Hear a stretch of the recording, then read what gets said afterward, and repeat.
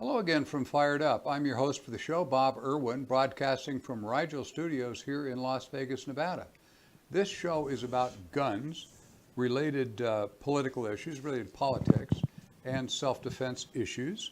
Fired Up is on our website, firedupwithbobirwin.com. New shows appear every Thursday around 5 p.m. Pacific time here on the West Coast. New shows also appear on YouTube and numerous other media. The audio feed is rebroadcast for radio listeners on Saturdays at noon on the Nevada Talk Network. You can find the stations at KELY1230.com. It's 18 or 19 stations around Nevada at the moment, none of which currently are in Las Vegas. Fired Up, you can send an email to me if you have questions or comments at firedupmail.com. Or leave a message on my office recorder, which is 702-257-1060. If you leave contact information, we'll respond by email, text, or telephone. Questions directed to my guests can be sent there also, and I will forward them to the individual. If you don't have an email for them, I will see they get it. There are several hundred defensive uses of firearms every week in the United States, rarely covered by any mainstream media. So we always present a few of those for our listeners' education. Most are good shootings. Some are questionable. Sometimes they're just plain wrong. But I picked them out for educational use for firearms owners. In individual instances, warning here, are generally adjudicated under local law. The advice given here might not apply to listeners in different jurisdictions. The incidents are as reported, except I generally omit the names of the perps, the shooters, the victims, and only leave in the names of the DAs and the cops involved and so forth. My guest today is Leonard V. Davis, well-known firearms instructor. Lenny, if you would, a little bit of your background. Sure, Bob. Thanks for having me on again. My name's Lenny Davis. I'm a retired special agent with Department of Homeland Security. I also am the owner of one of the owners of SRT Special Services here in Las Vegas. We're a security, private investigations, and training firm. We handle training for everyone from civilians through military. So if you need some training, please look us up. As an example of cases that happen and only work in certain jurisdictions, this story is from KHOU TV 11. That's in Houston, KHUKHKHU. This was reported on 5/22/19, just a few days ago, in Houston, Texas. A home was apparently targeted by a group with paintball guns. The shooting happened about 11:30 p.m. in the 13,300 block of 4th Street. Police initially reported the incident as an attempted car burglary turned deadly, but the investigation is still underway as of this report, and it's going to get more complicated. Police now believe a group of people firing paintball guns at the family home was the catalyst for the shooting. A Sergeant Joshua Horn with the Houston Police Department told the media they were alerted to some sort of disturbance and believed that their house was being shot at. That is, the owner were alerted to the disturbance, believed their house was being shot at. The homeowner, the father, came outside, approached a suspect who was standing out there. The father believed he was a threat, and fearing for his safety, he fired a round at him. The homeowner also fired a couple of rounds at the suspect's vehicle in the street. Several cartridge cases were found outside the home, along with splatter from a paintball gun. Police later received information that an individual who may have been involved in the targeting of this house ended up in a nearby hospital and was pronounced dead. Investigators believe there were more than a dozen people outside the home when the incident occurred. It is not known if any of them were armed with real guns or only with paintball guns as of this report. Commentary on this is going to get a little complicated. Keeping in mind that this happened in Texas, where deadly force is legal to stop a fleeing criminal. So the resident is supposed to differentiate somehow between paintball guns from a real firearm in the midst of incoming fire. I wonder if reading the article, I wondered if any of the paintballs were red and he saw what appeared to be blood spattered on his house. We don't know. Advice for non-Texans would be to call 911, let the police respond with their tools and tactics to stop the threat. Lenny? Well, it's a training issue here. It's sort of a training issue. It's something we talk about here. We've talked several times over the years. If you're in your house and somebody's shooting into your house, stay there. Don't go outside and engage these people. It appears there were several people outside. You're not Rambo. This isn't a movie. And, I could see where this homeowner, thought he was being shot at with the paintballs, especially if maybe some of them broke a window or something like that. If you've ever been around paintballs, you know that some of these paintball guns are very high velocity. They shoot a very large ball. I think it's a 58 caliber ball. When it hits something like the siding of the house or a window, it'd probably break the window. It would no doubt make a big noise on the side of it. I also read in a later report that they thought this young man who was shot was involved in a gang thing, and this may have been a gang retaliation or something against the son of the homeowner. Either way, my advice to this homeowner would have been to stay inside. He has a weapon, so if anybody came through breached the door or breached the interior of her house, then that's a totally different subject. But to go outside where there's several people, you don't know, you believe they're armed, obviously. You went out there with a gun and you shot at one of the individuals and then shot at the car. I've never, ever in any situation, law enforcement, military, or otherwise, well, maybe a couple of situations in the military, but other than that, we would never tell you to shoot at a vehicle, because you hit the vehicle or you hit the driver of the vehicle, he loses control, and now you have a 4-ton projectile that's completely out of control. So I think in Texas this is going to be a good shoot. I'm not 100% sure. The investigation's not done yet. But I think we showed that if you were going to be this person and somebody's shooting at your house, the best thing to do is stay inside. Yeah, even if it was real gunfire and there were bullets hitting his house, why go outside? The way to survive a gunfight is not to be involved in one, if that's possible. And guns, of course, need to be used if your life is threatened or your family's life is threatened and people are in legitimate danger. But until they actually penetrate your house, in most states, you are kind of stuck. In this case, when they sort out, it'll be a really interesting case, but probably only valid in Texas. This next case comes from WFIE News on the 22nd, again in Daviess County, Kentucky. Authorities responded to a shooting in the 7900 block of Highway 405, sounds picturesque, on Tuesday morning at around 8 a.m. According to the sheriff's office, the homeowner called 911 about his neighbor who was trying to break into the house. The homeowner said the man was acting strange and threatening. The Daviess County Chief Detective Bill Thompson said apparently the intruder came in earlier that morning and the resident was able to convince him to leave. He did in fact leave. However, a short time later he came back, this time armed. The sheriff's office says the homeowner shot the intruder twice in the chest after the man got inside. The individual when the police responded, of course, the individual was taken to Owensboro Health Hospital where he had surgery to remove the projectiles and treat his wounds. According to the Daviess County Sheriff's Office, the homeowner is not facing criminal charges, charges will likely be filed against the wounded man after he's released from the hospital. The intruder is reported to be a neighbor of the homeowner, but no information has been released as to all the details of this.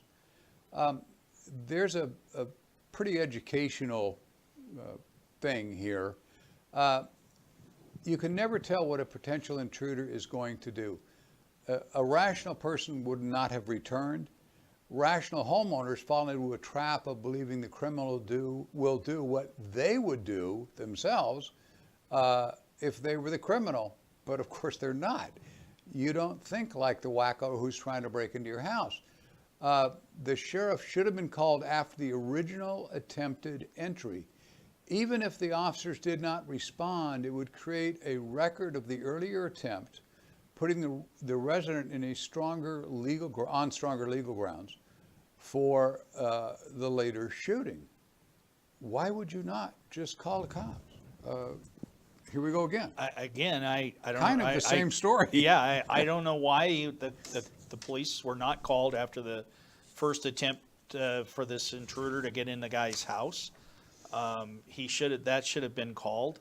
I think the shooting is going to be okay. Kentucky is one of those states that, unlike California, they actually have a pretty good law in protecting yourself and your family. But again, I'm shocked that this guy didn't call the police, unless he was like, well, it's just drunk Bob the neighbor. But even so, now he's ended up putting 2 rounds in this guy. So I think he would have been better off in doing that. But I think all in all, it was probably a good shoot. There were some things that are not, that we've already touched on, and I don't think he should, that were completed. And I just don't think the homeowner, is going to be in a lot of trouble. But again, it's going to be up to the judge. Yeah, this kind of thing will, and where I can see the homeowner being in serious trouble is not the criminal case, that being dismissed. Yeah. But then you have, why did you shoot my husband, son, whatever, because you knew he was goofy and whatever. Well, he came back to the house with a rifle, and that's obviously really dangerous regardless of what type of rifle it is. It's certainly going to cause more lethal wounds. I'm presuming it wasn't a .22, but let the police do their job. This is the object lesson of 2 in a row. We're going to get into a little bit after. We're going to run our little break here, and we're going to run a commercial. I think we've got one queued up. Do we have one queued up there, staff? No, we don't. So, if I could, I'd just like to point out where you hit it right on the head. Where this is going to bite the homeowner is that, as you well know, you can in the civil case, attorney's just going to say, well, excuse me, Mr. Homeowner, why didn't you call the sheriff's office after my client, who's still alive, how come you didn't call the sheriff's office after he showed up the first time? And that's going to it's going to weigh heavy with the jury in a civil trial. And of course, the defense is going to come up with a time will elapse, and then he can come up with an excuse. Well, I only wanted to borrow a cup of coffee, or my car wouldn't start and I wanted to jump, or whatever he's going to make up. And now you're trying to prove you're innocent. Well, you say that didn't happen. Well, yeah.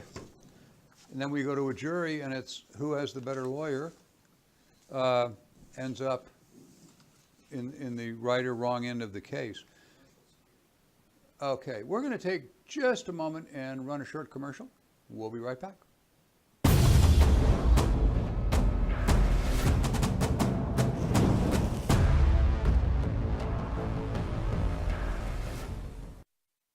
Hi, I'm Bob Irwin, and I get to do my own commercial.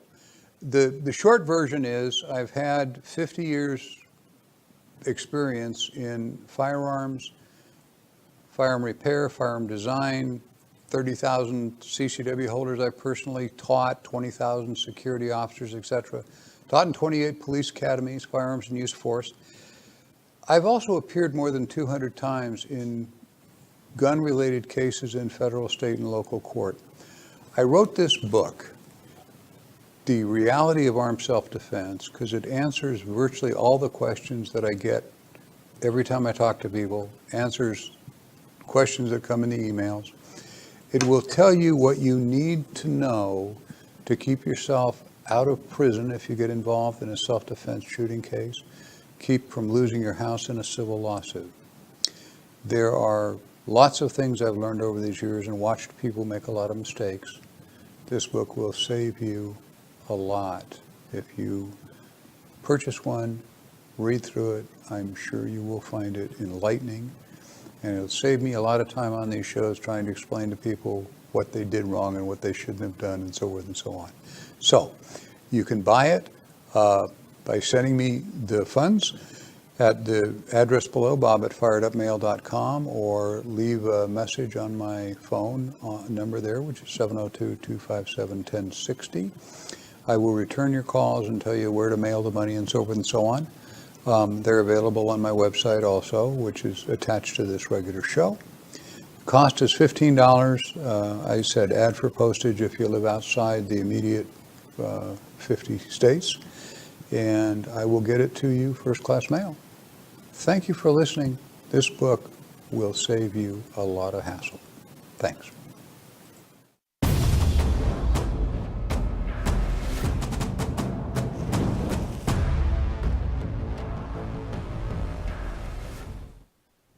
Great commercial. I really like that guy. This is a sample of one of our new embroidered hats. One size fits all. They're on our website for sale, and we normally have them for sale at the gun shows. We'll be at a gun show this weekend, actually, at the Santa Fe Casino. So we'll hope to see you there, and you can buy a hat. Support our sponsors. Capitalism wins every time. This story is a little more complicated. This took place in Terre Haute, Indiana.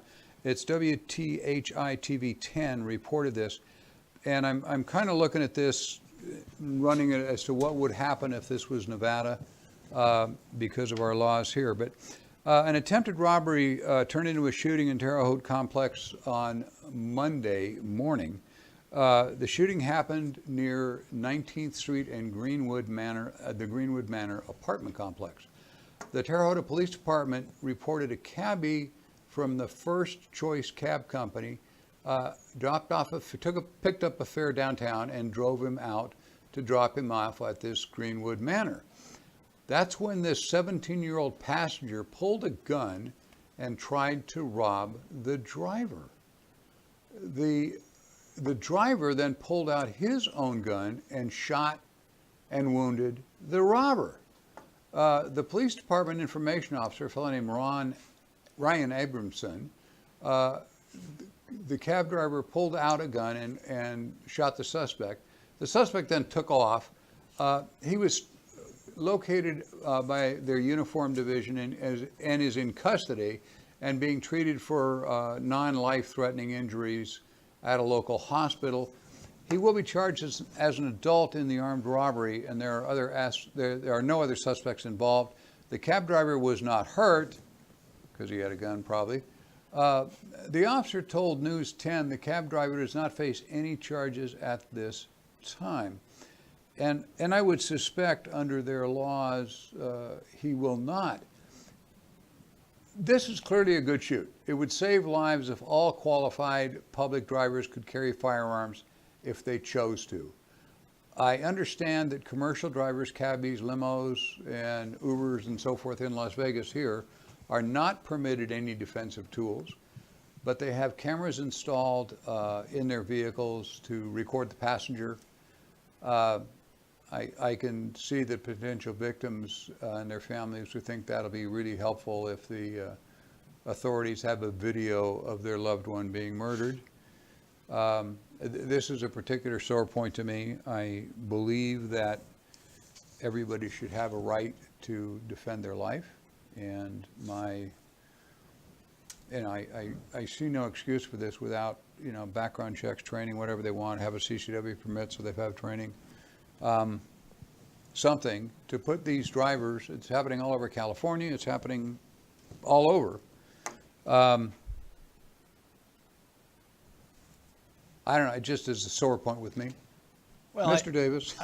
I think part of the problem that I see with this is I agree with you that there should be some sort of training available. I think, it's like some of the states that are smart enough to pass legislation where they allow teachers with proper training to carry a gun in a classroom. It's the only way you're going to stop these things. And I think there should be some training that would be more germane to drivers, and that would be part of it. It's very much like when we teach our executive protection school. We teach guys, if you carry your gun in the traditional on your hip, well, when you have your seatbelt on, you now have a problem getting to your gun. So you have to learn different places to carry your weapon, how to carry it. And these are things that I think could be, a course could be easily developed for drivers and those kind of things. Going through the same fine points of use of force, when you can actually use deadly force, when you can't, and you're shooting, and the shooting is going to be, it's not going to be a standing on a traditional square range and shooting downrange at a target. You're sitting in a vehicle. We teach our guys when we do our executive protection program several different techniques for shooting, and they're all done. Most of them are done in the seated position in a vehicle. You're talking about a guy who's sitting in a car, and this guy gets out and goes to pay him, and he sticks a gun in his face. What do you do? In this case, this guy was just either very fast on the draw or very good, because he ended up on the right side of a gunfight. There isn't really any real, there's no second place winner in a gunfight. But there's also really nobody who ever really wins a gunfight, because it, potentially, like in the last case, where you potentially could be sued, if civilly for something that you did or didn't do. So I think in this case, and I agree with you, Bobby. We've seen it here in Vegas how many times over the years that, cabbies get murdered here, and I think if the proper authorities were to put up, a decent training facility and course together, they could train these guys and let some of these guys arm.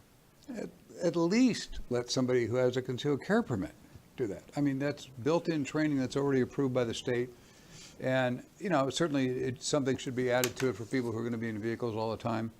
We discovered that teaching police academies. Of course, uniform officers are in cars too.